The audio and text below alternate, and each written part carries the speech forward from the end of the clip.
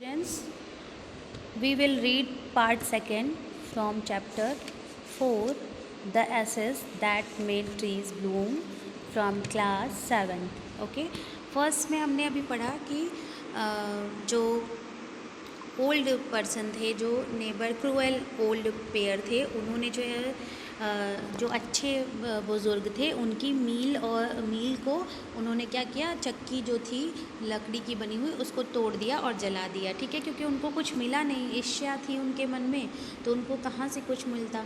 Not long after that the good old man dreamed again and the spirit of the dog spoke to him telling him how the wicked people had burned the mill made from the pine tree. अब वो जो कुछ दिनों के बाद जो है वो बुज़ुर्ग आदमी के सपने में फिर से वो डॉग की आत्मा आती है और उनको बताती है कि वो जो दुष्ट प्रकृति के चालाक जो बुढ़े बुज़ुर्ग लोग थे, उन्होंने क्या किया कि पाइन ट्री का जो मिल बना था उसको भी उन्होंने जला दिया। Take the ashes of the mill, sprinkle them on the withered trees and they will bloom again said the dog spirit. अब वो जो आत्मा थी वो आती है उस बुज़ुर्ग के पास और बोलती है कि उन्होंने तो जला दिया, लेकिन जो इसके राख बची हुई है, एसेस जो है, उसको आप जाओ और उसको यूज़ करो, उसको कहीं भी विदर्ड यानी कि जहाँ सूखा हो, सूखा और बंजर जगह जहाँ भी हो पेड़ पौधे, वहाँ पे डालोगे तो वो फिर से ब्लूम करेगा, फिर से खिल जाएगा। The old man awoke and went at once to his wicked neighbor's house. अब ओल्ड मैन उठता है, जाता है धीरे से उस जो दुष्ट बुजुर्ग के घर के पास, पड़ोसी के पास। Where he found the miserable old pair sitting on the edge of their square fireplace in the middle of the floor. अब वो भी जाता है तो वहीं पे वो बैठे रहते हैं अपने घर के किनारे पे, घर के बाहर ही बैठे रहते हैं, स्मोकिंग एंड स्पिनिंग, और वो जो है अपना स्मोक और स्पिनिंग करते रहते हैं वहीं बैठ के। From time to time they warm their hands and feet with the blaze. और क्या होता है कि धीरे धीरे वो इतना भूल जाते हैं, इतने गुस्से में अपने हाथ पैर को भी वो जला लेते हैं उस, ठीक है। और वहीं पे जो है some bites of mill while behind them lay a pile of the broken pieces.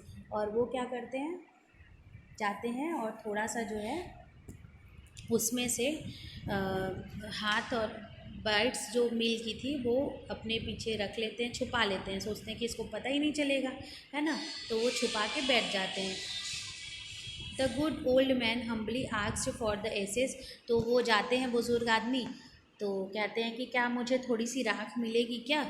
दो ही courteous couple turned up their noses at him and scolded him as if he were thief, they let him fill his basket with the ashes। तो वो कहते हैं, थोड़ा सा नाक सिकोड़ते हैं, मुंह बनाते हैं कि आ गया ये हमसे मांगने, एक तो हमको कुछ मिला नहीं, ऊपर से जो है ये राख मांगने चले आए। तो फिर वो क्या करता है कि वो एक बास्केट भर करके राख जो है उसमें से ले लेता है, ठीक है। On coming home the old man took his wife into the garden. अब आता है जब घर वो राख को लेके, तो अपनी वाइफ से कहता है चलो मेरे साथ गार्डन में। इट बीइंग विंटर, ये जाड़े का समय था। Their favourite cherry tree was bare. अब देखते हैं कि चेरी की ट्री जो है वो एकदम मतलब कि कुछ उसमें है ही नहीं है ना, सूखा है, बंजर है, इसमें फूल पत्तियां हैं नहीं।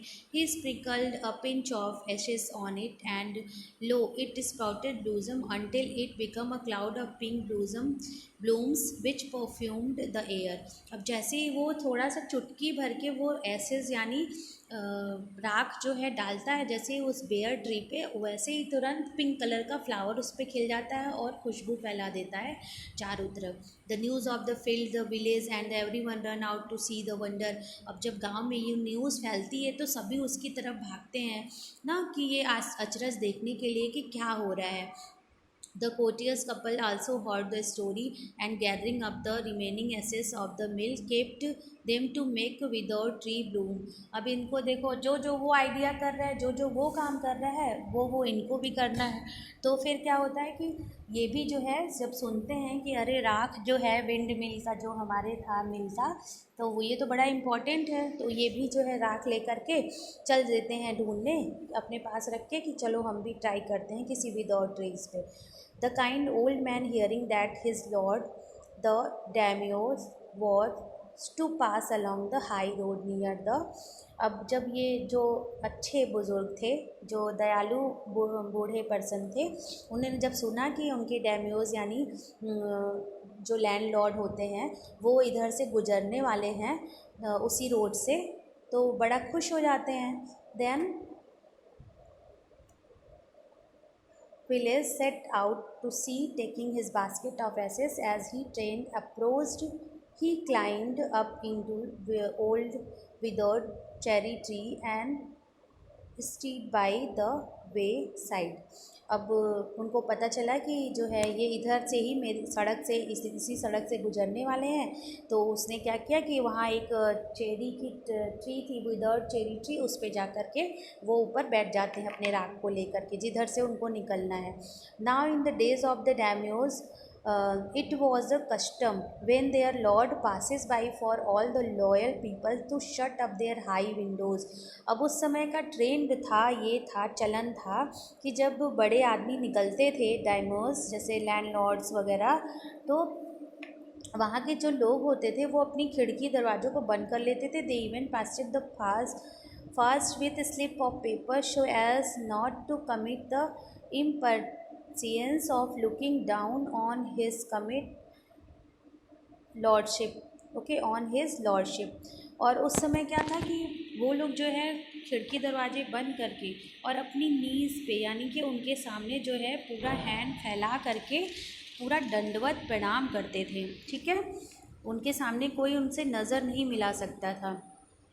द ट्रेन ड्रीव नियर, जैसे ही ट्रेन नज़दीक आती है उनके, वन टाल कंपार्टमेंट मैन मस्ट अहेड, और जैसे ही ट्रेन नियर आती एक लंबा चौड़ा सा आदमी जो है आगे आगे चल रहा है, और and crying out the people by the way, gate down on your knees, gate down on your knees. और जैसे ही वो आदमी आता है और आगे बोलता हुआ चलता है कि अब तुम लोग जल्दी से झुक जाओ, अपने घुटनों पे सभी लोग झुक जाओ। And every one knelt down while the processions was passing, और सभी लोग क्या होता है कि सभी अपने घुटनों के बल जो है बैठ जाते हैं जैसे ही वो सवारी उनकी कारवां उनका निकलता है, ठीक है। Suddenly the leader of the van caught sight of the aged man up in the tree, और अचानक से उसकी नज़र पड़ती है कि ऊपर एक ट्री पे कोई आदमी बुजुर्ग बैठा हुआ है। He was about to call out him in an angry tone, but seeing he was such an old fellow, he pretended not to notice him and passed him by। तो फिर वो उसको आवाज़ देता है कि नीचे उतरो, बहुत गुस्से में बोलता है उससे, तो वो बहाना करता है कि जैसे उसने सुना ही नहीं ना। So when the daimyos palanquin drew near, the old man taking a pinch of ashes from his basket scattered it all over the trees, a moment it burst into bloom. अब क्या होता है कि जैसे वो उसके बगल से निकलता है, तो वो जो बड़ा आदमी जैसे उसका मिनिस्टर होगा, उसके रक्षक होंगे, उन्होंने उस आवाज़ दी कि तुमको नीचे आना चाहिए, तुम नीचे आओ गुस्से में, लेकिन जो है उसने जैसे सुना ही नहीं। और उसने क्या किया, जैसे ही वो कारवां बगल से निकल रहा था, एक चुटकी जो है राख की उसने तुरंत उस चेरी ट्रीज़ पे डाला जो कि बेयर था, ठीक है। उस पर जैसे ही डाला उस पर तुरंत जो है पिंक कलर के फ्लावर्स आ गए, ठीक है। The delighted daimyos order the train to be stopped and got out to see the wonder. अब जो डैम्यो थे, जो लैंडलॉर्ड थे, उन्होंने तुरंत कहा कि रोक दो ट्रेन को, अभी कारवां अब यहीं रोको। उन्होंने इस अचरज को देखा कि अरे अभी तो ये बेयर ट्री था, ये कैसे इतना ब्लूज करने लगा। Calling the old man to him, बुलाते हैं कि जाओ उस बुज़ुर्ग आदमी को बुला के लाओ। He thanked him and ordered present to silk robes, sponge, cake, fans and the other rewards to be given him. He even invited him to his castle, और उन्होंने उसको नीचे बुलाया, उसको कई तरीके का उपहार दिया, जैसे सिल्क रोब्स दिए, स्पॉन्ज केक दिए, फैंस दिए, और भी पुरस्कार दिया, और उसको खुद भी आमंत्रित किया, कहाँ, अपने राज्य में। So the old man gleefully home to share his joy with his dear old wife. उसके बाद जब ओल्ड मैन घर जाता है तो अपनी सारी चीज़ों को शेयर करता है, किससे, अपनी वाइफ से शेयर करता है, बताता है खुश होके। But when the greedy neighbour heard of it, जब जैसे ये जो लालची पड़ोसी है उसने सुना, he took some of the magic ashes and went on the highway. अब जैसे ही ये सुना कि इसने ऐसा किया है तो मुझे भी ऐसा करना चाहिए, तुरंत जो है नकल करता है, इमिटेट करके वो भी तुरंत राग को लेके चला गया रोड पे। There he was until a Daimyo's train came along and instead of kneeling down like the crowd he climbed a withered cherry tree। अब जैसे ही देखता है कि उनका जो कारवा है, ट्रेन जो है वो पास से पेड़ के निकलने वाली है, तो विदर्ड चेरी ट्री पे वो भी बैठ जाता है जाके तुरंत।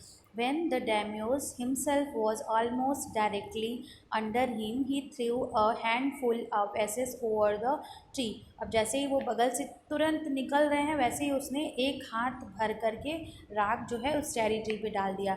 He threw a handful ashes over the tree which did not change a particle। अब देखो इसके क्यों ऐसा क्यों हुआ, क्यों? क्योंकि इसके मन में तो चोर है और ये तो क्रूएल पर्सन है, निर्दयी है और लालची है, तो इसकी चीज़ों को क्यों पूरी होगी, इसकी चीज़ों को कि जो भी इच्छा इसकी होती थी इसके जस्ट अपोजिट हमेशा होता था। तो क्या होता है कि जब उसने डाला तो वहाँ पे जो है कुछ हुआ ही नहीं, वो चेरी जो ट्री था उसमें कहीं कुछ नहीं हुआ।